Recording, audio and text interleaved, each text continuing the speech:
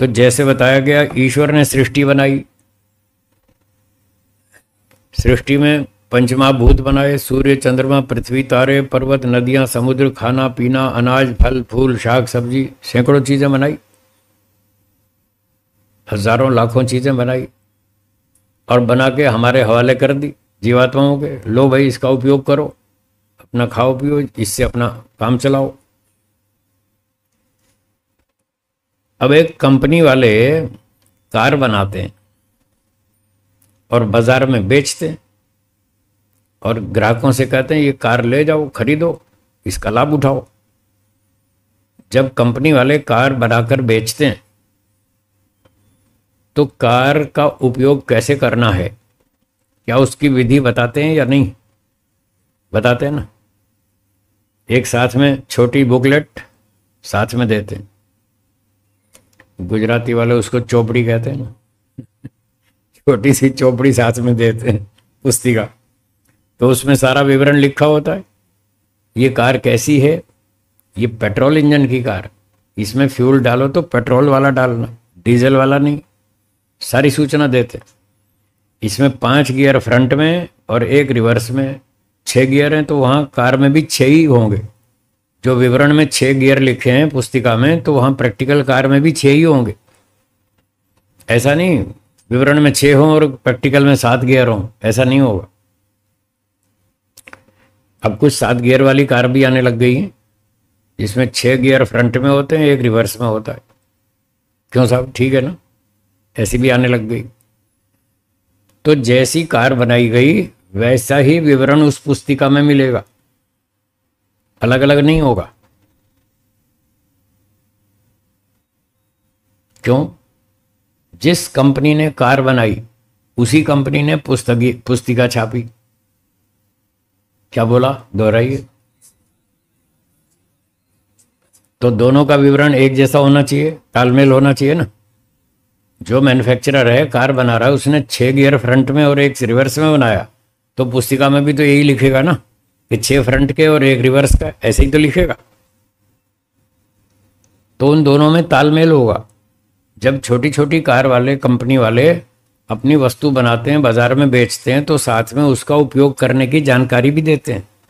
अगर ना दें तो क्या होगा, गियर तोड़ देंगे लोग, उनको पता ही नहीं चलेगा पहला गियर कहाँ डालना है, दूसरा कैसे डालना है, चौथा कैसे डालना है। पहले की जगह सीधा ही तीसरा डालेंगे, फिर गाड़ी चलेगी नहीं, लाभ नहीं उठा पाएंगे। हाँ, लाभ नहीं उठा पाएंगे। तो हर मशीन बनाने वाली कंपनी जो अपनी मशीन बेचती है उसके साथ में वो मैनुअल भी देती है, पुस्तिका देती है, उसमें पूरी जानकारी देती है इसका प्रयोग कैसे करना। वॉशिंग मशीन वाले वॉशिंग मशीन बेचते हैं, उसके साथ पुस्तिका देते हैं। फ्रिज वाले भी देते हैं, कंप्यूटर वाले भी देते हैं, मोबाइल फ़ोन वाले भी देते हैं, सब देते हैं। अगर लोग उस पुस्तिका को पढ़े बिना, उस वस्तु की जानकारी किए बिना ऐसे ही प्रयोग करने लगेंगे तो करंट खाएंगे, नुकसान उठाएंगे। वॉशिंग मशीन वाले बिना पुस्तिका को पढ़े और गलत जगह हाथ लगाएंगे तो करंट लगेगा या नहीं लगेगा ना। तो जब छोटी छोटी कंपनी वाले इतना सोचते हैं कि हम एक प्रोडक्ट बना के जनता को दे रहे हैं, तो इसका इस्तेमाल करने का तरीका भी बताना चाहिए ताकि लोग हमारी वस्तु से लाभ उठा सकें। और नहीं बताएंगे तो ये लोग नुकसान उठाएंगे और हमको गाली देंगे कि कैसी मशीन बनाई है, तो करंट में आती है, जबकि गलती उनकी, फिर भी वो गाली देंगे। तो ऐसी गालियां न खानी पड़ें, इसलिए कंपनी वाले लोग बुद्धिमत्ता से काम करते हैं। जैसी मशीन बनाते हैं वैसी पुस्तक भी देते हैं, सब जानकारी भी देते हैं। जब ये छोटी छोटी कंपनी वाले अपनी पुस्तक वस्तु के साथ देते हैं, जानकारी देते हैं, तो ईश्वर ने लाखों चीज़ें बनाई, करोड़ों चीज़ें बनाई संसार में, और वो सारी प्रोडक्ट्स बना के हमारे हवाले कर दी। तो ईश्वर को जानकारी देनी चाहिए या नहीं देनी चाहिए? अगर ईश्वर जानकारी देगा और लोग उस जानकारी को पढ़ेंगे, फिर वस्तुओं का प्रयोग करेंगे, तो संसार की वस्तुएं उनको सुख देंगी। जैसे car, scooter, mobile phone, washing machine, fridge, ये सारी चीज़ें सुख देती हैं। जब आप इनका मैनुअल पढ़ के उसके अनुसार इसका प्रयोग करते हैं तो ये चीज़ें सुख देती हैं। तो ऐसे ही ईश्वर ने ये सृष्टि बनाई और बताया भाई ये दाल खाना, रोटी खाना, सब्जी खाना, हलवा खाना, खीर खाना, माँ अंडा, अंडे मत खाना है, अंडे नहीं खाना, मांसम नाशनियात, मांस नहीं खाना, सुराम मा पिब, शराब मत पीना वरना ये तुम्हें पी जाएगी, तुम शराब को नहीं पियोगे, शराब तुम्हें पी जाएगी। तो जो करना जो नहीं करना वो सारी सूचनाएं वेद में ईश्वर ने दे दी। वेद ईश्वर का मैनुअल है, 4 वेद ईश्वर ने मैनुअल दिया, ये सृष्टि का मैनुअल है। अगर आप वॉशिंग मशीन का मैनुअल पढ़े बिना उसका प्रयोग करेंगे तो नुकसान उठाएंगे। ऐसे ही सृष्टि का मैनुअल 4 वेद हैं, उसको पढ़े बिना आप सृष्टि का उपयोग करेंगे तो मार खाएंगे। खा रहे हैं लोग, मारी तो खा रहे हैं, अंडे खा रहे हैं, मांस खा रहे हैं, उल्टे सीधे शराब पी रहे हैं, भांग पी रहे हैं, सुल्फा गांजा पी रहे हैं, गुटखा खा रहे हैं, परेशान हैं, दुखी हैं, रोगी हैं। ये इसीलिए दंड भोग रहे हैं कि इन्होंने मैनुअल तो पढ़ा नहीं और ऐसे ही इस्तेमाल करने लगे चीज़ों का। तो ये सृष्टि इनके लिए दुखदायक है। सुमित्रिया न आपह औषधय संतु दुर्मित्रियास्तस्मयी, वेद में लिखा है, ईश्वर ने कहा है कि ये संसार की चीजें आपको सुमित्रिया, उत्तम मित्र के समान सुखदायक होंगी जब आप मैनुअल पढ़ के काम करोगे, वेद को पढ़ के काम करोगे तो ये सारी चीजें आपको सुख देंगी। और दुर्मित्रियास्तस्मयी, और ये उसके लिए दुश्मन की तरह दुख देंगी। जो बिना वेद पढ़े सृष्टि का इस्तेमाल करेगा उसके लिए ये दुश्मन की तरह दुख देंगी, जैसे दुश्मन शत्रु हमला करता है। तो अब लोग बिना वेद पढ़े संसार में जी रहे हैं, इसलिए वो दुखी हैं। लड़ाई झगड़े, राग द्वेष, मार धाड़, झूठ छल कपट, चोरी डकैती, लूटमार, हत्याएं, अपहरण, रिश्वतखोरी, ये सारे पाप कर रहे हैं। वेद में मना कर रखा है ये काम मत करो, फिर भी लोग किए जा रहे हैं, इसलिए दुखी है और उसका दंड भोग रहे हैं। भगवान ने फिर लाखों योनियां तैयार कर रखी हैं अपनी जेल में। सुअर, कुत्ता, गाय, घोड़ा, गधा, हाथी, बंदर, शेर, भेड़िया, कॉकरोच, मक्खी, मच्छर, ये सारे भगवान की बनाई जेल है। जो यहाँ ठीक काम नहीं करता ईश्वर उसको पकड़ के जेल में डाल देता है, जाओ अपना दंड भोगो। जब दंड पूरा हो जाएगा फिर वापस छोड़ देंगे, फिर उसको मनुष्य बना देंगे। तो ये सब लिखा है वेदों में, इसलिए वेद का मैनुअल पढ़ें, उसके अनुसार जीवन जिएं, तो ये सृष्टि के पदार्थ आपको सुख देंगे। 20% देंगे, इससे ज्यादा नहीं तब भी 20 ही देंगे। अब लोग वेद भी नहीं पढ़ रहे तो 20 भी नहीं मिल रहा 5-4 ही मिल रहा है, बस 5-4% में ही अपना टाइम पास कर रहे हैं लोग। तो अब बात ये थी कि ईश्वर ने जब सृष्टि बनाई तो कुछ उपदेश भी तो देना चाहिए, मैनुअल भी तो बताना चाहिए सृष्टि के पदार्थों का कैसे कैसे क्या उपयोग करना। अब जो सूत्र हमने पढ़ा उसमें ये बात बताई कि ईश्वर ने वेद वाक्य उपदेश किया और ये सारा नॉलेज दिया कि संसार में कैसे रहना है, कैसे जीना है, कैसे उठना, कैसे बैठना, कैसे खाना क्या नहीं खाना, क्या बोलना क्या नहीं बोलना, कौन सा काम करना कौन सा नहीं करना, सब बता रखा। अब सूत्र देखिए, सूत्र फिर से बोलिए, सिद्ध रूप बोधृत्वात् वाक्यार्थ उपदेश। ईश्वर जो है वो सिद्ध प्रवक्ता है। जैसे स्कूल में अध्यापक होते हैं, टीचर, उनका काम यही है पढ़ाने का। मैं भी टीचर हूँ, मेरा भी काम पढ़ाने का है। मैं देश भर में घूमता हूँ, लोगों को जा जाके पढ़ाता हूँ। मेरा काम यही है, मुझे इसमें रुचि है, मुझे इसकी जानकारी है, मैंने ये काम सीखा है, कुछ लंबा अभ्यास किया है, तो मैं इसमें एक्सपर्ट हूँ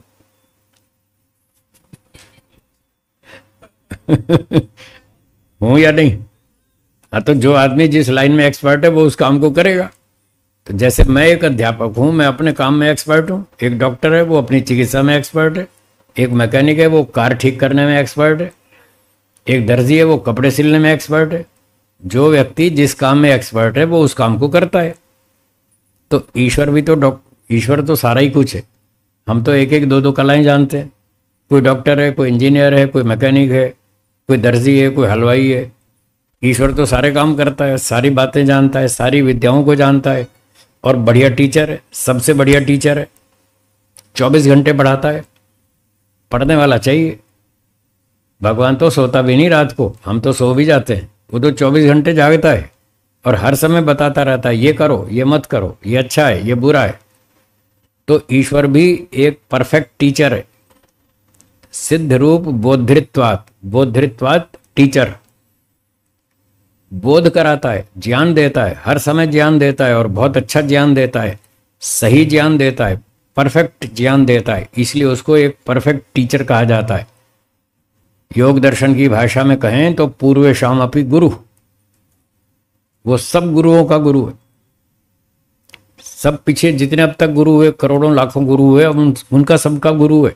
आज भी जितने टीचर हैं उन सबका गुरु है और भविष्य में जितने गुरु बनेंगे उन सबका भी गुरु है। उसके बिना किसी की गाड़ी नहीं चलती, 1 इंच भी नहीं चलती। तो ईश्वर को बारे में कह रहे हैं सिद्ध रूप बोधृत्वात्, वो सिद्ध है। सिद्ध मतलब बहुत परफेक्ट है। बोधृत्वात्, बोधक है, ज्ञान कराने वाला, अध्यापक है, उपदेशक है, प्रचारक है, सत्य का प्रचारक है। इस कारण से, एक परफेक्ट टीचर होने के कारण से वाक्यार्थोपदेश, उसने वेद वाक्यार्थ का उपदेश किया। सृष्टि के आरंभ में वेद पढ़ाया 4 ऋषियों को। वो उसके विद्यार्थी थे शुरू के 4 ऋषि। उन ऋषियों को ईश्वर ने 4 वेद का उपदेश दिया। क्यों दिया? वो इस काम में परफेक्ट है इसलिए दिया। और उन 4 वेद में ये सारी बात बता दी कि कैसे खाना पीना, जीना, रहना, सोना, बोलना, सब बता दिया। फिर अगला सूत्र कहते हैं 99वां, अंतःकरणस्य, बोलिए, तद उज्ज्वलितत्वात् लोहवद अधिष्ठातृत्वम्।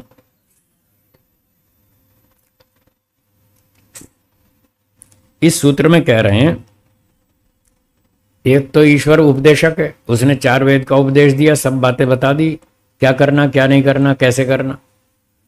और दूसरा, वो कर्मफल भुगवाने में भी एक्सपर्ट है।